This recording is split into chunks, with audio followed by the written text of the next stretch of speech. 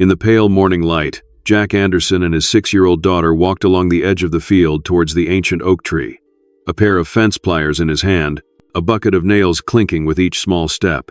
But the hum of insects was suddenly cut short by a faint sob from the base of the tree. Just seconds later, Jack discovered a woman tied up, her dress torn and muddy, and a little girl huddled behind the roots, pulling him into a story that threatened the peace of Cedar Creek.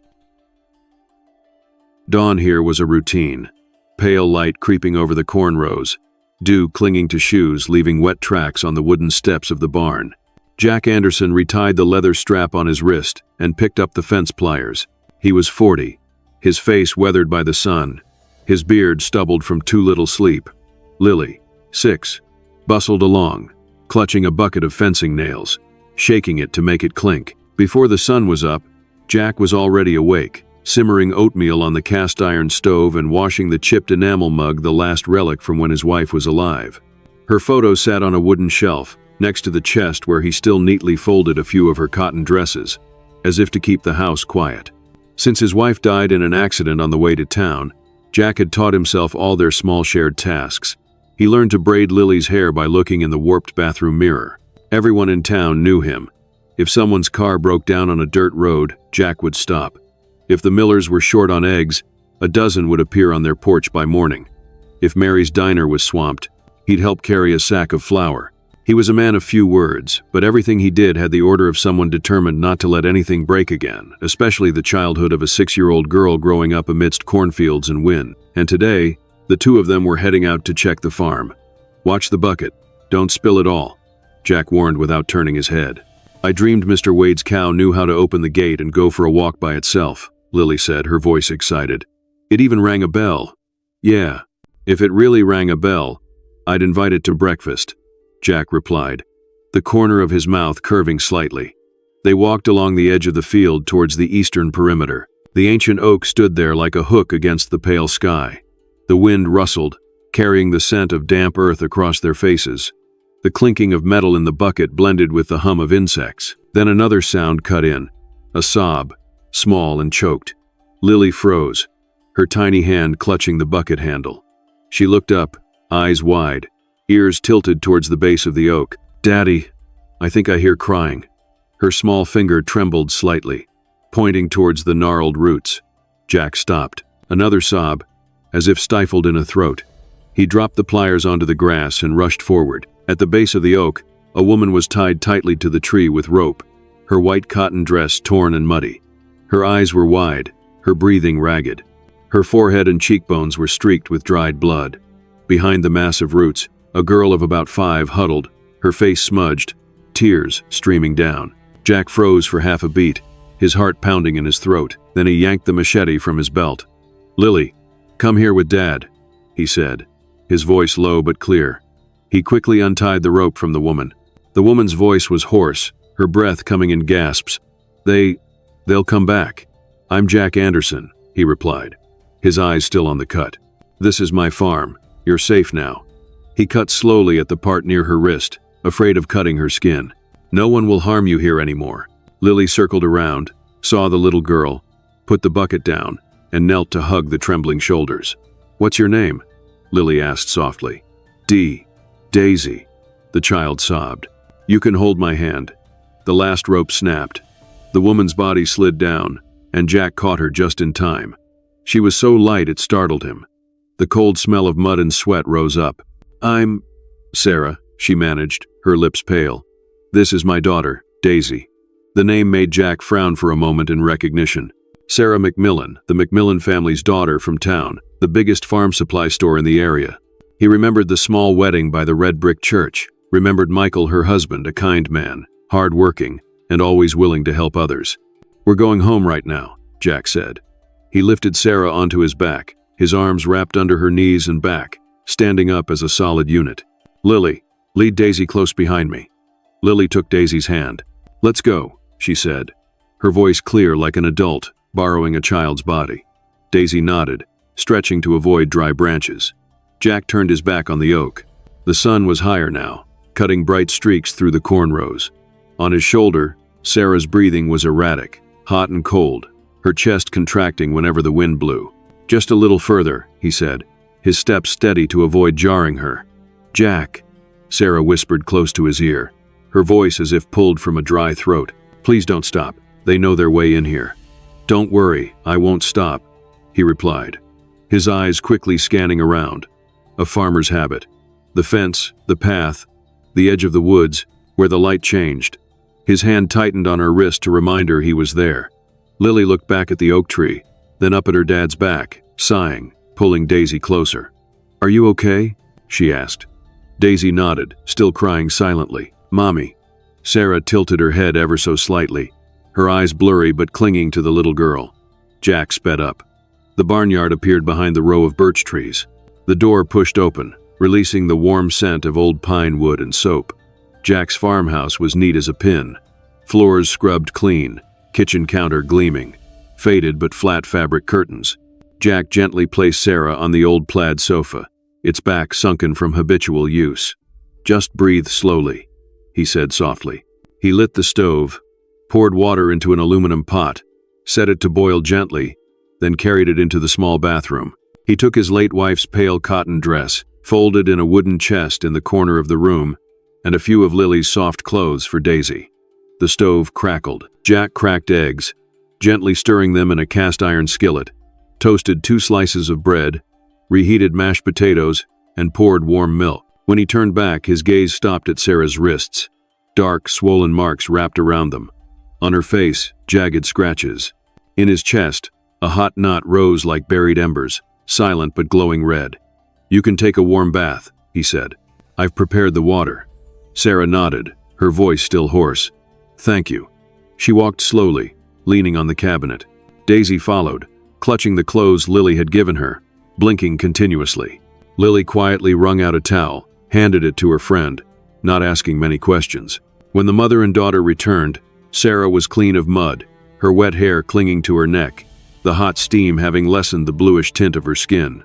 They sat around the table. Jack pulled up a chair, placing plates of eggs, bread, and mashed potatoes in front of them. Eat a little first, he said, then tell me. No rush. For a moment, only the sound of spoons hitting plates could be heard. Daisy ate, glancing at her mother. Lily pushed her milk cup closer to her friend's hand, whispering, Drink it, to warm your belly. When the trembling in her body subsided, Sarah put down her spoon.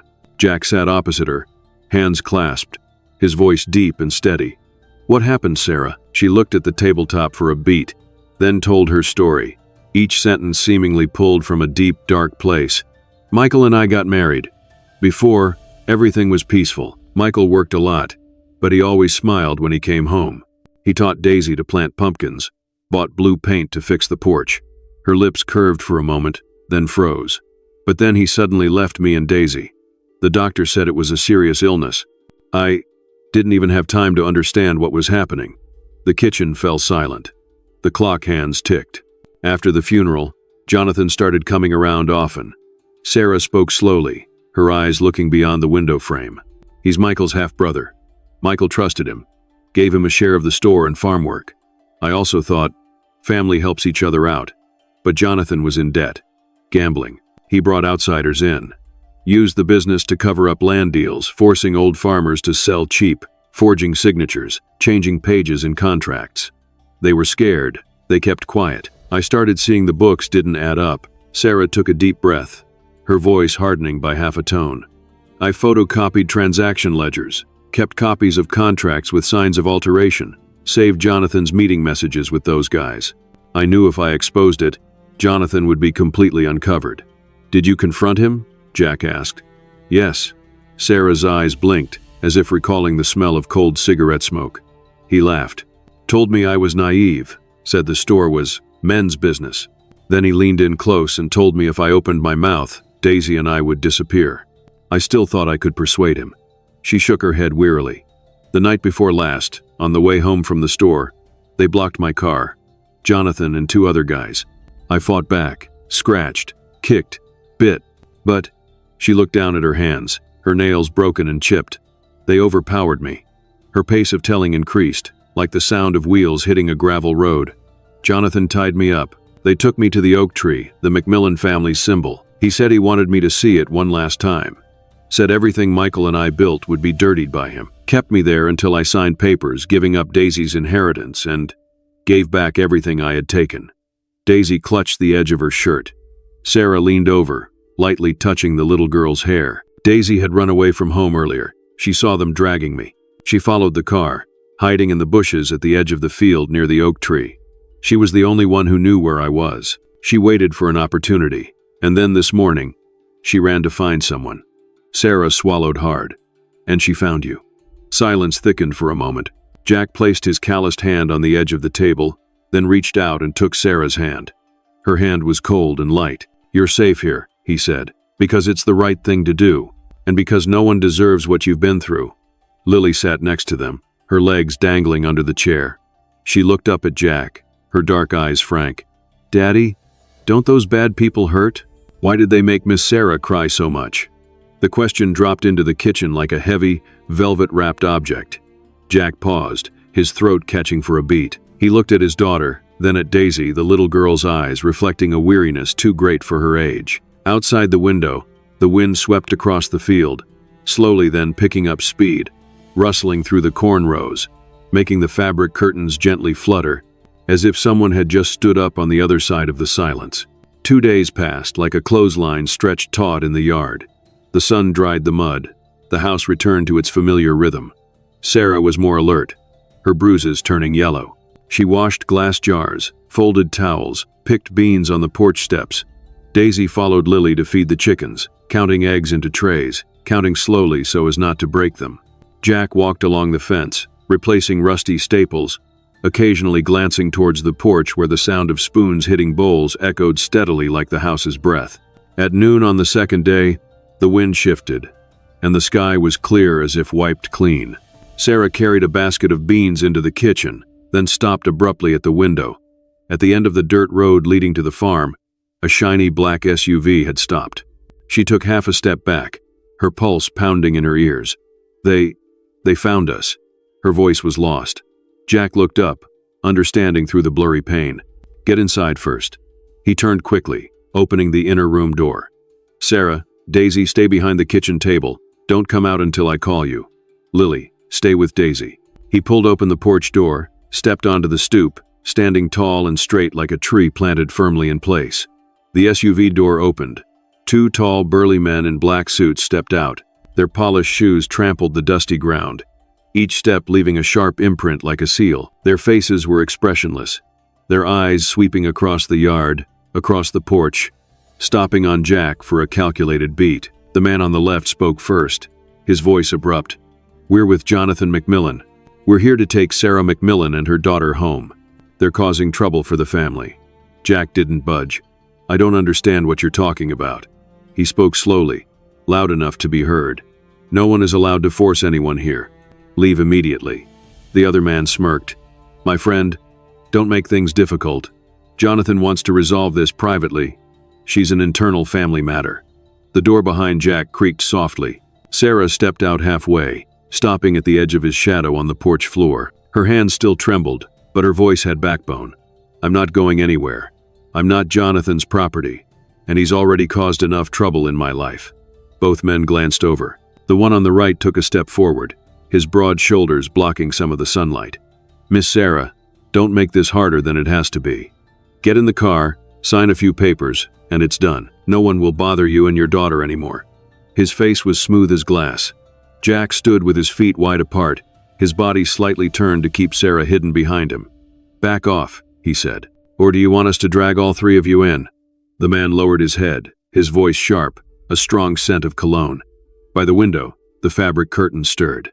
Lily's eyes appeared behind the glass, a direct gaze, strangely serious. The little girl didn't speak, just stared at the strangers as if looking at a fierce dog about to cross a fence. Daisy, shorter, clutched the wooden frame, her eyes swollen but wide open.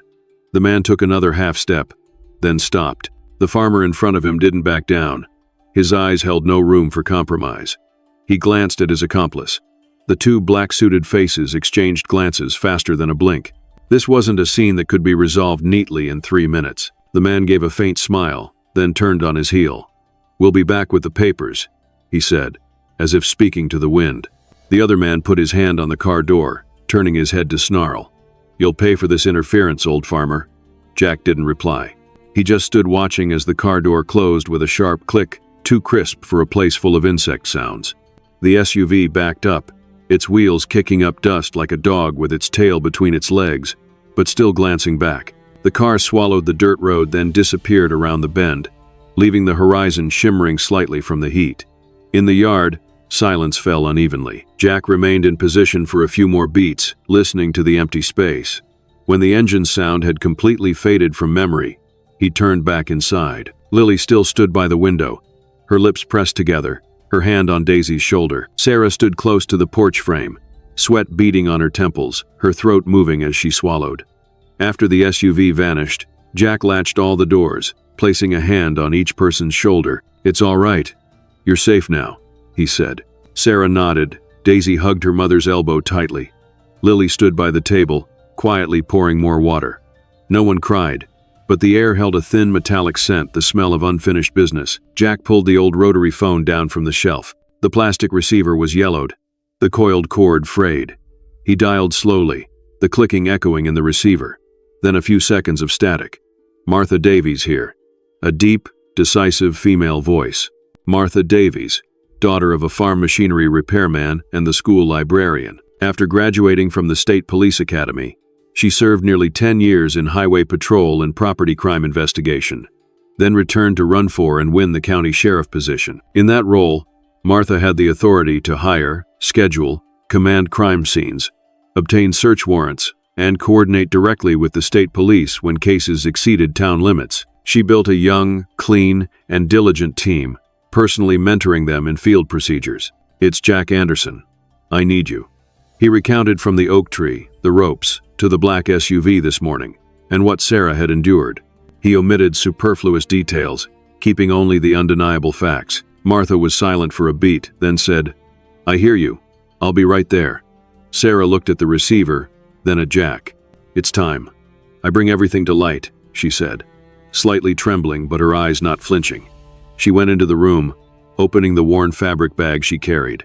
On the table, she spread out each item: transaction ledgers with crooked numbers, ink-stained corners, copies of land transfer contracts, many places with shaky signatures, incorrect pen strokes, her phone in airplane mode, pre-saved with a string of threatening messages cut off. "Keep quiet and be safe. Sign it. You and the kid don't want to disappear." "This is all I have," Sarah said. "I kept every piece because I knew one day it would be needed." The sound of a pickup truck stopping in the yard. Martha stepped in wearing a brown uniform, neat belt, and fresh road dust on her shoulders. Her eyes quickly scanned the room, then stopped on the papers. "I've suspected Jonathan for a long time," she said, her voice low. "He exploited the law through his connections and people's fear. But I was missing this." She touched the stack of contracts with her fingertips, as if touching a switch. "What do we do next?" Jack asked. "First, protect the mother and daughter." Martha turned to Sarah. "I need your statement today, and copies of these items. I'll seal the originals." She pulled out a notebook, wrote a few lines, her eyes not leaving Sarah's expression. "I'll call my team the new kids, honest and eager, and I'll contact the state police. They're outside Jonathan's network." That afternoon, Martha's small office lights came on early. 3 young police officers arrived, their uniforms still creased, their eyes still eager to learn. Martha assigned them, "Set up a soft perimeter at both ends of the road leading to the Anderson farm. Do not stop vehicles illegally, just record. If anything unusual happens, report it immediately." News spread in town, the only way it knew how: through acquaintances. The Millers pulled their chairs onto the porch, placing binoculars on the wooden table. "We'll watch the turn into Harlan's cornfield," Mr. Miller said, his mustache trembling. "Tonight me, tomorrow my wife. We thank you very much, but please don't act on your own and get into danger," Jack cautioned. "We know, Mrs." Miller smiled, slipping a small notebook into her pocket. At Mary's diner, the smell of coffee was always stronger in the afternoon. The 2 men in black suits who had visited before came back, sitting in the back booth, speaking softly. Mary wiped the counter, her eyes seeming to pierce the tabletop, her other hand quietly jotting down a license plate number on a coaster. 4 digits, a dash. A moment later, she leaned into Martha's ear. "They said tonight they'll get the signature done. Here's the plate." Her voice was even, like reciting a stew recipe. On the dirt road, a few farmers stopped their trucks, rolling down their windows, their faces weathered by the wind. Some had been threatened by Jonathan to sell their land. "If you need witnesses, call me," Mr. Harlan said. "He threatened me twice. This time I won't be silent." Nods spread like low waves. The day's rhythm quickened. Jack still worked, but he brought the two girls with him when he went to the fields or dropped off corn to neighboring farms. He wanted to keep them in sight, and they wanted to be near him. Lily wore a cloth hat, opening her notebook to mark off checked fences. Daisy clung to the edge of the truck bed, her eyes constantly scanning. On the edge of town, as Jack stopped in front of Uncle Tom's warehouse, Daisy tugged his sleeve. "Daddy Jack," she whispered, pointing into the distance. "That black car isn't like Uncle Tom's corn trucks. It's going very slowly, like it's lurking." And indeed it was. A black car stopped 2 intersections away. Empty, tinted windows, moving so slowly that no dust was kicked up. Jack watched, a cold feeling running down his spine. "When did you see it?" "Just now. It went and came back," Daisy said softly, her eyes still fixed. Jack nodded, suppressing a smile so as not to trivialize the matter. "She's quite the little spy." He picked up his phone, dialing quickly. "Martha, there's a black car without local plates circling Tom's warehouse area, driving unusually slow." He gave the location, the nearest landmark. On the other end, Martha replied immediately, "I understand. The team near the small bridge will follow it. Get the girls home right away. They're getting too reckless. We need to be a step ahead of them." Jack hung up, looking at Daisy. "Thanks to you, we have another piece of the puzzle." He gently ruffled her slightly messy hair. Lily stood next to them, hands on her hips, her voice clear. "Another checkmark in our team's logbook." At dawn, thick dew clung to the cornfield. From a distance, a siren tore through the mist, layered over the grinding sound of tires on gravel.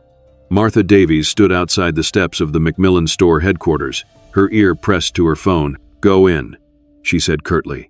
State police and her team fanned out like surging water, their vests rubbing together, their boots stomping in rhythm.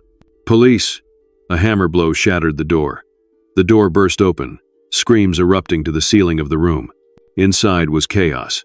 Overturned chairs, flying papers, the pounding of feet on the wooden floor. Jonathan McMillan had just enough time to turn around before his hands were twisted behind him. He growled, trying to pull away, his eyes bloodshot. Martha read him his rights, her voice calm as if reading a grocery list. His 2 main henchmen were thrown down next to the cash register, their wrists tightly cuffed. In the back room, storage boxes were open, forged land records spread out like losing cards, hard drives, altered ledgers, transfer contracts with shaky signatures, all were put into sealed bags, numbered. The printer was still warm, paper sticking out halfway, the words "Addendum to Appendix," not yet dry.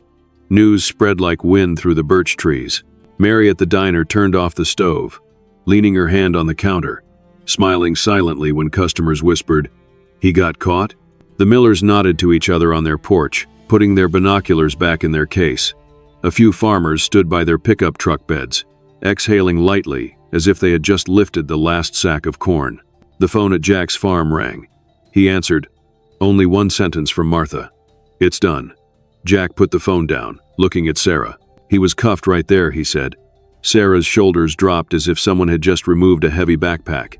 She hugged Daisy, burying her face in the little girl's hair.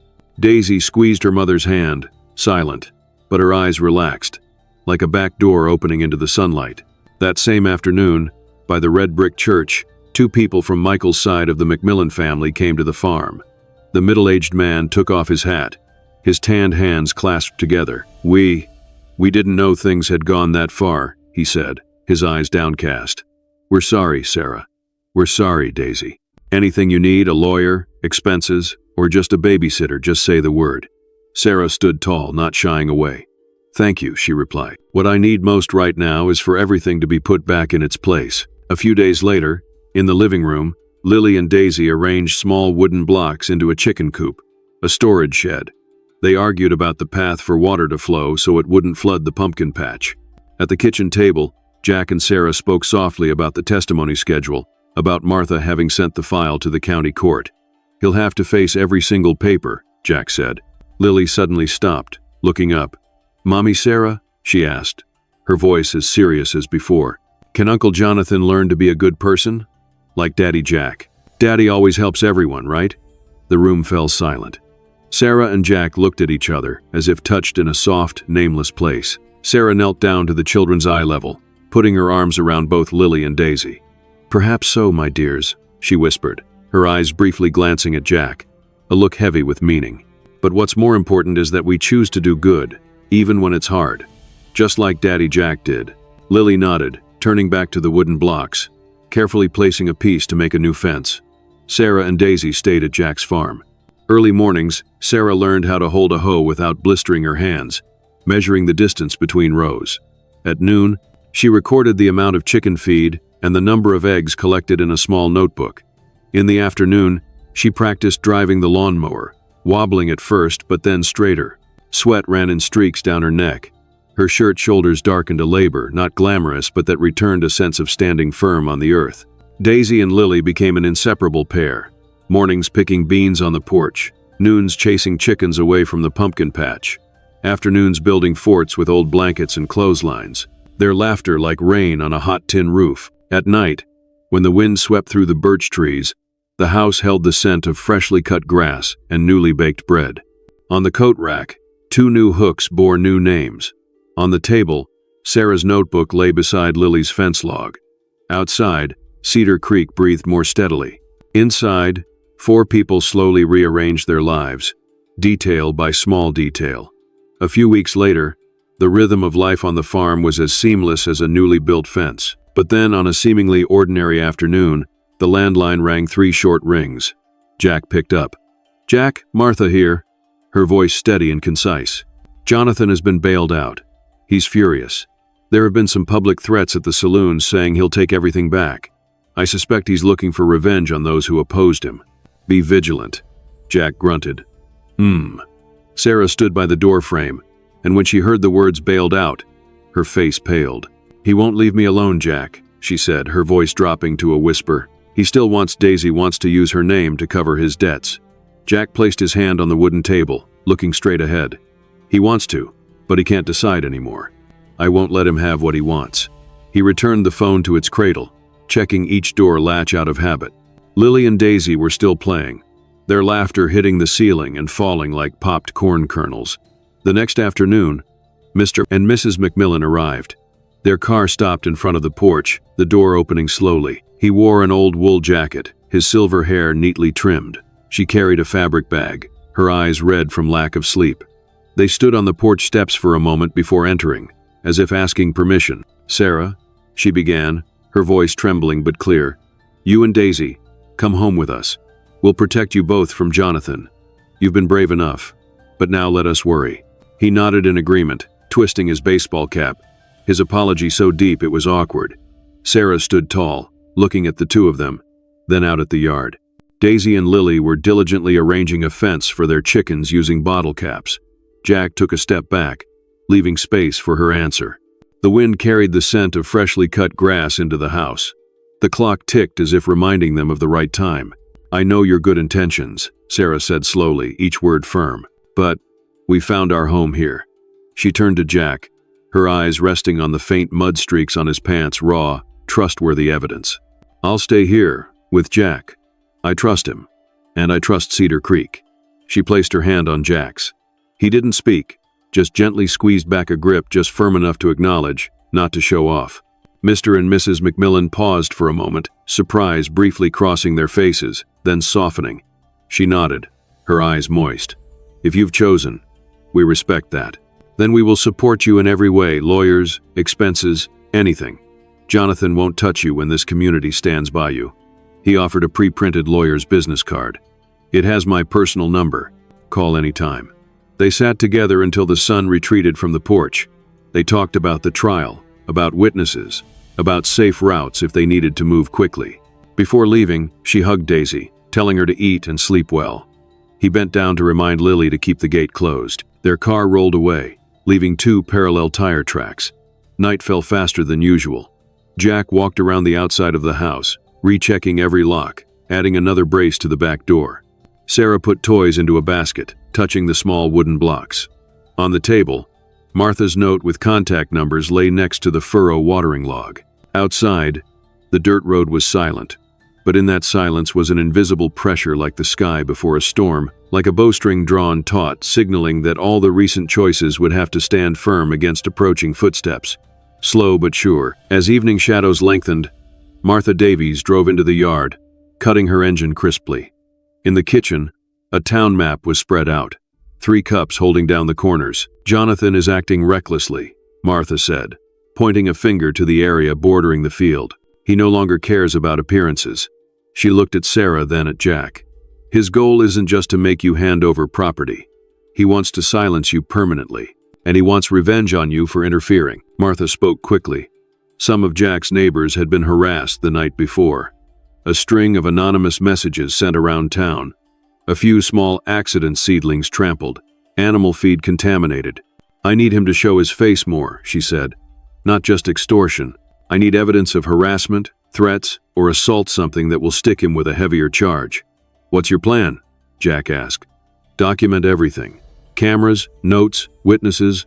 The millers and some farmers will increase patrols, rotating shifts to log road traffic. Mary at the diner, she'll pay attention to conversations. Strange license plates. I've already set up a channel with the state police. When we have enough, we'll deliver the final blow." Martha folded the map, her voice still steady but quicker than the ticking clock on the wall. The following days, the pressure mounted like the air before a storm. Jack's tractor suddenly malfunctioned in the field, fuel line loosened, strange, greasy handprints on the engine cover.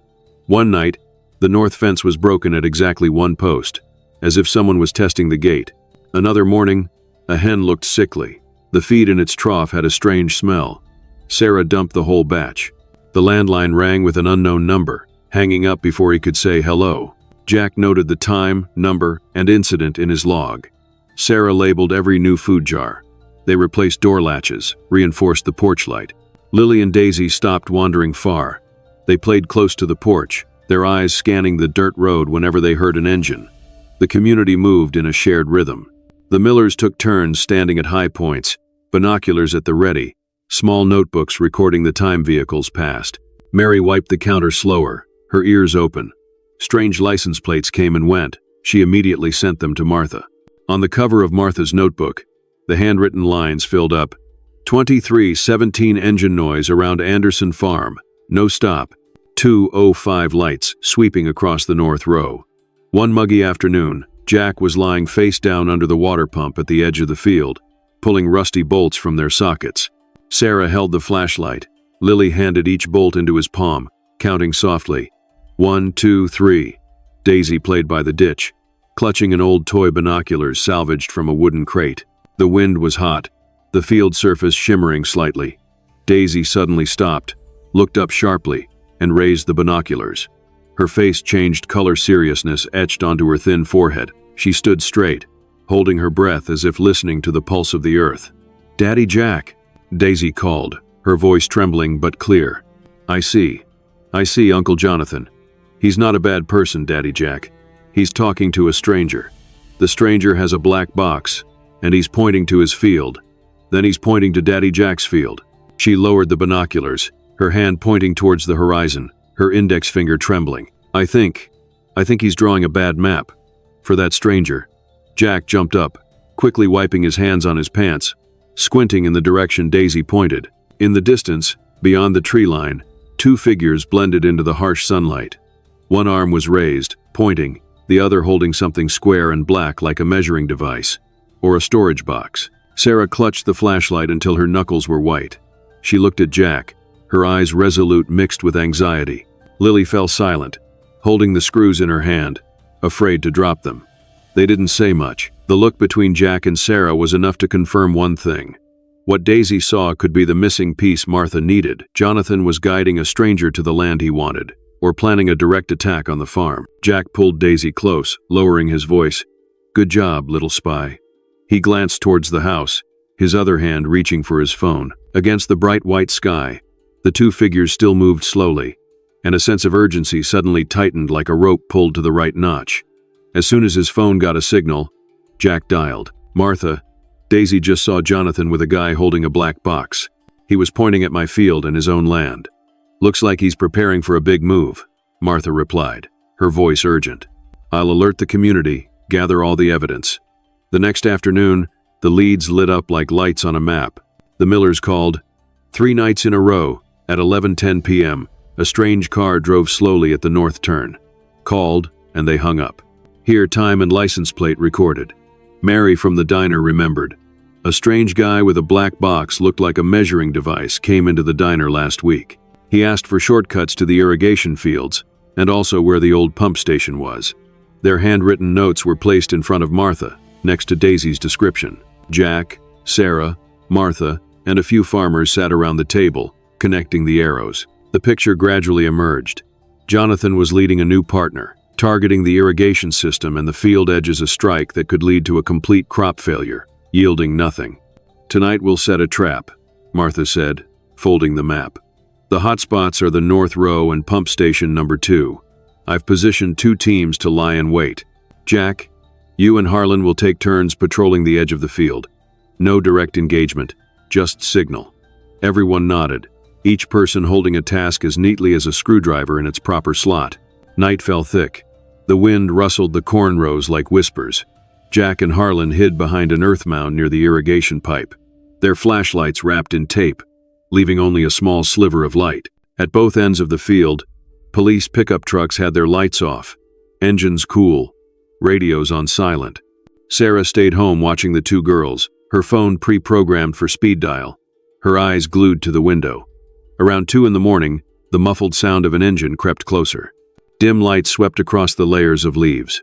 3 figures crept through the North Row, carrying heavy cloth bags.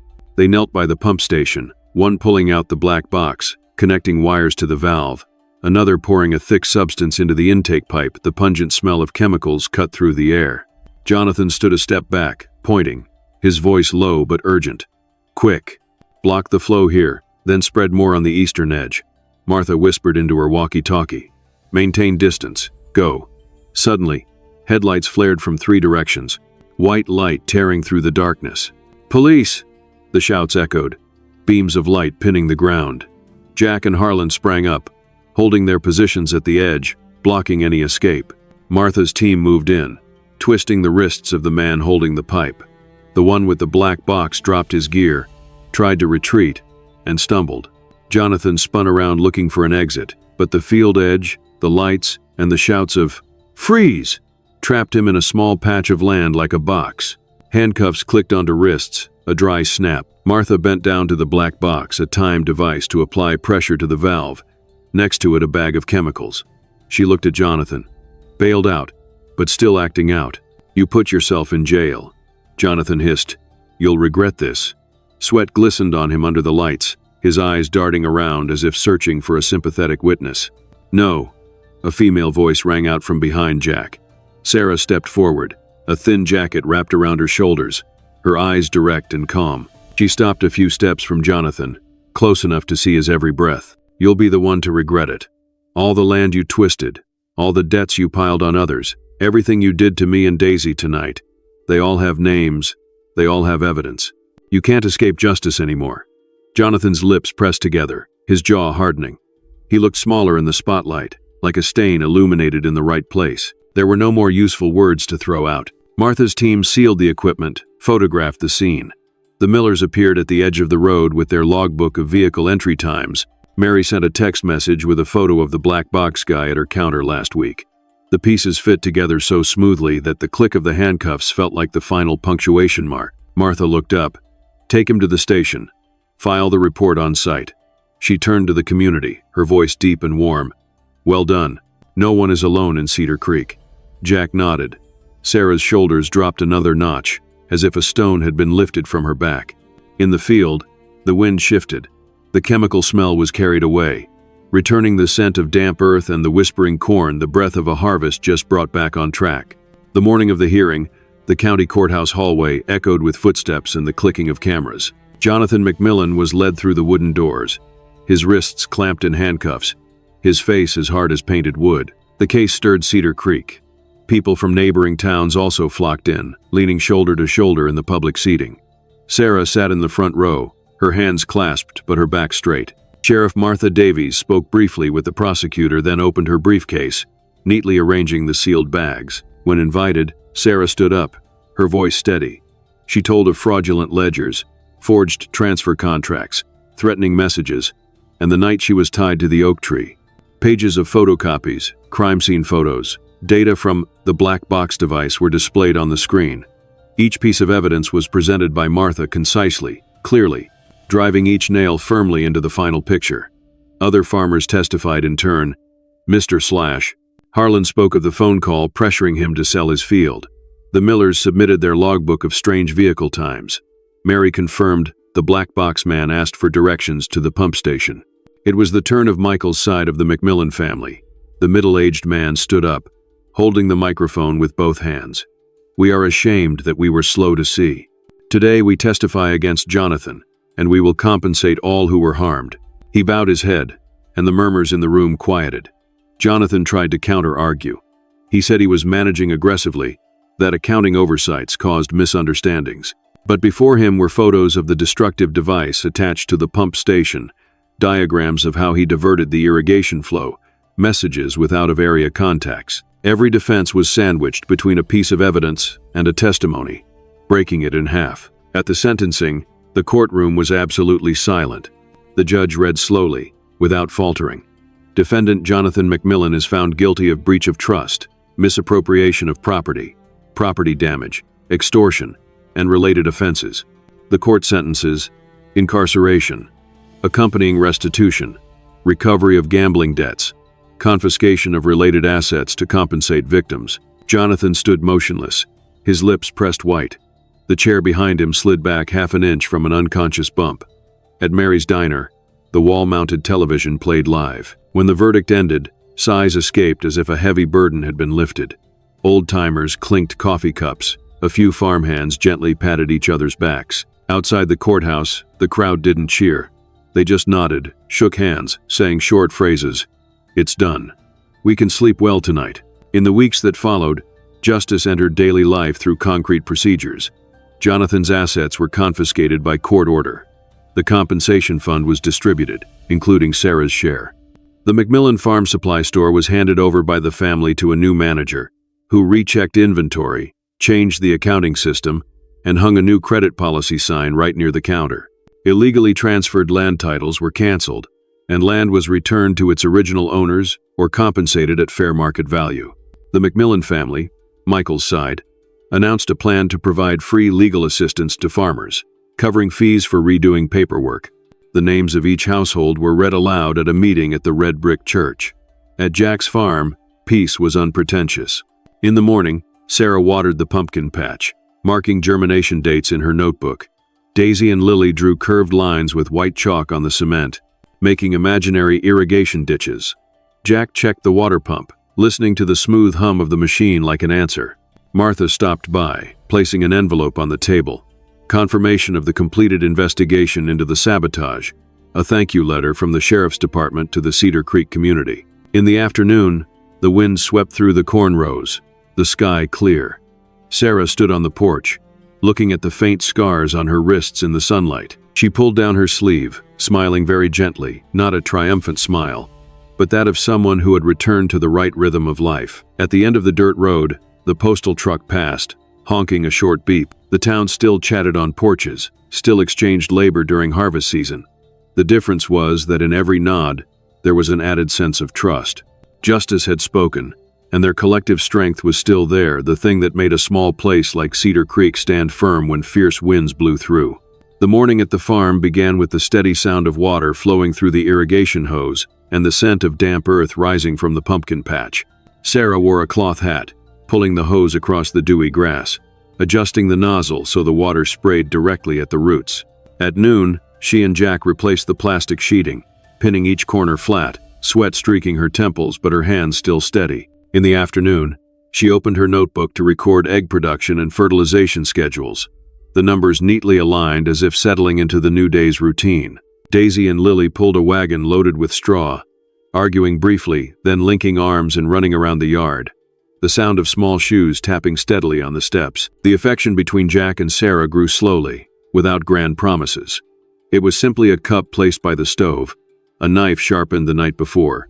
Gloves hung in the best spot for drying. Sarah watched Jack lying half under the water pump, the screwdriver clicking, seeing in his quiet work a steadfastness to lean on. Jack saw Sarah herding chickens into the coop when clouds brought rain, her dress muddy but her steps unwavering, knowing she had chosen to stay with both hands. They rarely spoke of the past. The day's work for each was enough to trust each other. The two girls were like two vines clinging to the same trellis. In the morning, they drew with chalk on the cement, sketching irrigation ditches around an imaginary pumpkin garden. At noon, they stacked wooden crates to make a train, carrying seeds through the chicken coop door. In the evening, they hugged the tabby cat asleep on the sofa, their breathing even and their laughter like lingering bubbles in the quiet house. 1 year later, under the canopy of the oak tree that once held memories, a small wedding took place. Wildflowers were woven around the tree trunk.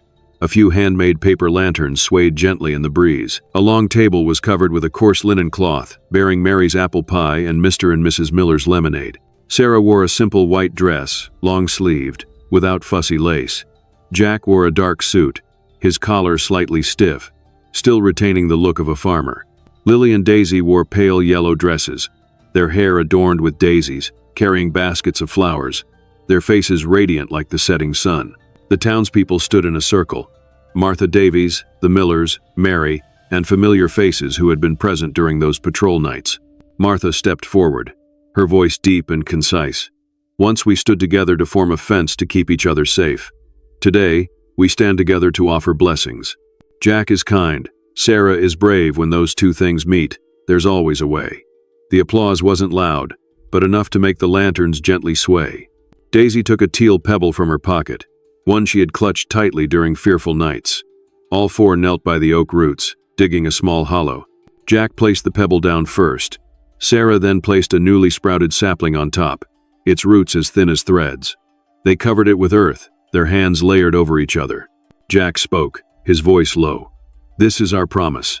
We will nurture this tree together, protect this land, and live with kindness. No evil can harm these good things anymore." Sarah nodded. Lily and Daisy held their parents' hands, whispering, "Yes," very softly. Sparrows on a branch about to fly, then settling back down. In the weeks that followed, work returned to a steady rhythm. The farm supply store in town operated with new ledgers, land parcels were returned to their rightful owners, and remaining legal disputes were resolved with clear paperwork. At the farm, dinner consisted of freshly cut vegetables, the clinking of spoons on plates, and the children's fragmented stories about the cat biting the straw bale ties. Jack hung 2 more coat hooks by the door. Sarah labeled seed jars for the next season. No one mentioned evil as a shadow. They simply did their part well, letting light become a habit. Dusk settled, the sky turning honey-colored. 4 people stood on the porch. Jack with his arm around Sarah, the 2 children sitting on the steps tapping a rhythm on the wood. The field before them was lush green, the wind blowing in currents. The lanterns under the oak tree lit early, then stood still.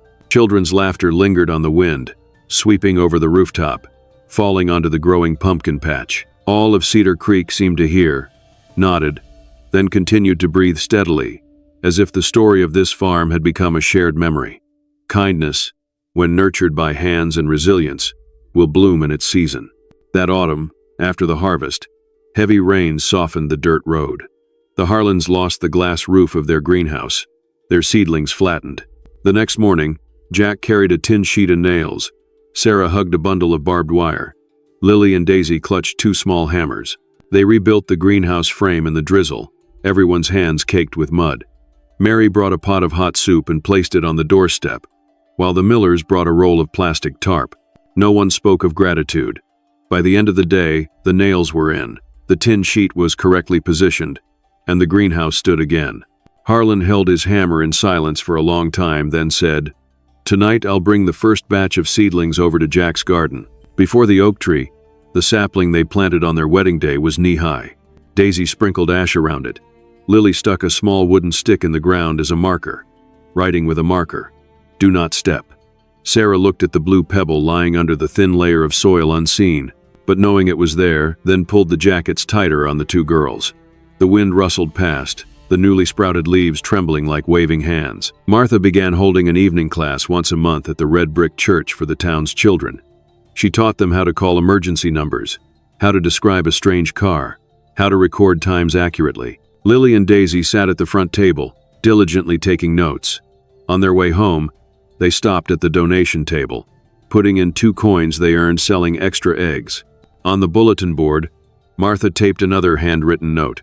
Someone needed to visit Mrs. Ruth on Thursday. Call me. One late afternoon, Jack built a small wooden box by the porch. He painted simple black letters. Seeds take 1, leave 1.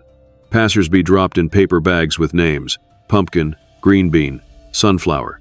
One day, a strange child stood in front of the box for a very long time, then with trembling hands took a bag of seeds. Sarah came out, offering another small bag with a folded note. If you plant them, remember to bring back a few seeds next season. No rush. On the edge of town, a new family's truck stopped with a flat tire. It was already dusk. Jack turned on his blinker, stopped behind them, and brought out his jack. Sarah held the flashlight. The 2 girls passed bolts like a game. The stranger thanked them, trying to press money into Jack's hand. But he shook his head. Next time you see someone who needs help, do the same. The truck started and drove off, leaving a thin scent of exhaust and the feeling that the dark road was a little less dark. One night, Cedar Creek lost power. Every house was dark. Only the sound of insects and a thin sliver of moon remained. Jack lit a fire in the stove. Sarah heated a pot of water. Lily and Daisy went around distributing candles to neighbors, 1 candle per house. At the last house, old Mrs. Ruth held Daisy's hand, stopping her. Wait for me to light it. The candle flared, illuminating a room full of old photo frames.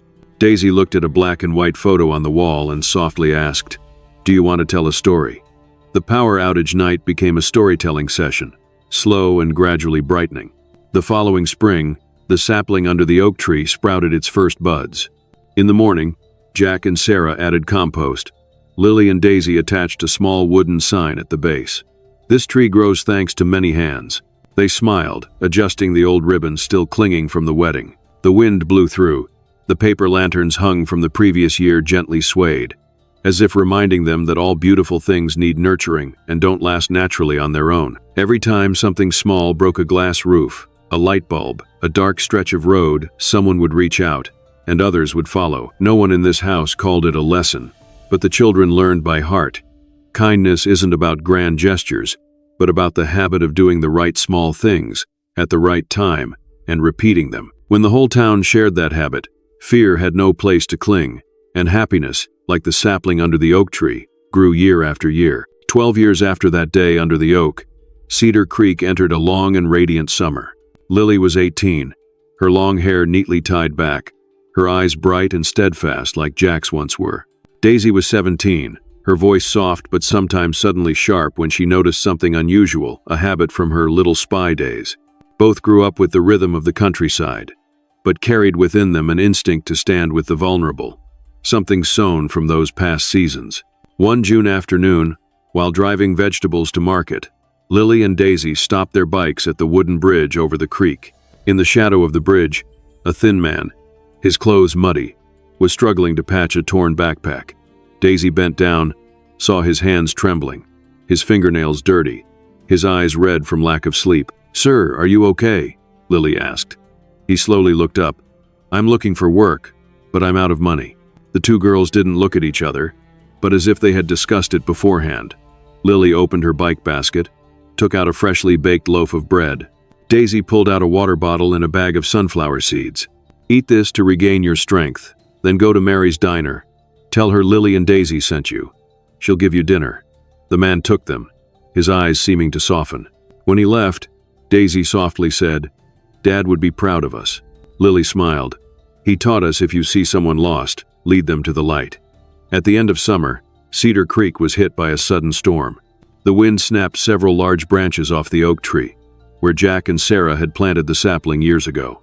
The next morning, Lily and Daisy and their friends rebuilt the fence around the base, securing the sapling that was now shoulder-high. Daisy looked at the blue pebble under the thin layer of soil now smooth and polished by time and whispered, "Mom and Dad made a promise here once.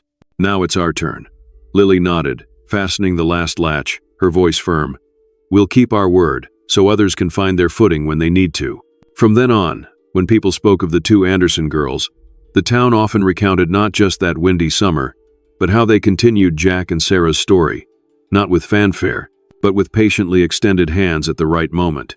And in Cedar Creek, that was enough to keep the light burning for more than just one season. The story of Jack, Sarah, and the town of Cedar Creek isn't just about rescuing a mother and child from bad people, but also about how a small community dared to stand tall against threats, together preserving kindness. Sometimes, to protect someone, you don't need guns or grand plans, you just need one person brave enough to step forward, and many other hands willing to join in. No one is born ready to fight evil, but perhaps what's important isn't how strong you are, but that you don't turn away when someone needs shelter. What do you think of Jack's choice that day? If it were you, would you stand in that protective fence? And if you, or someone you know, is being threatened or has lost their footing, remember, no one should have to face the darkness alone. I'm here, and I will listen.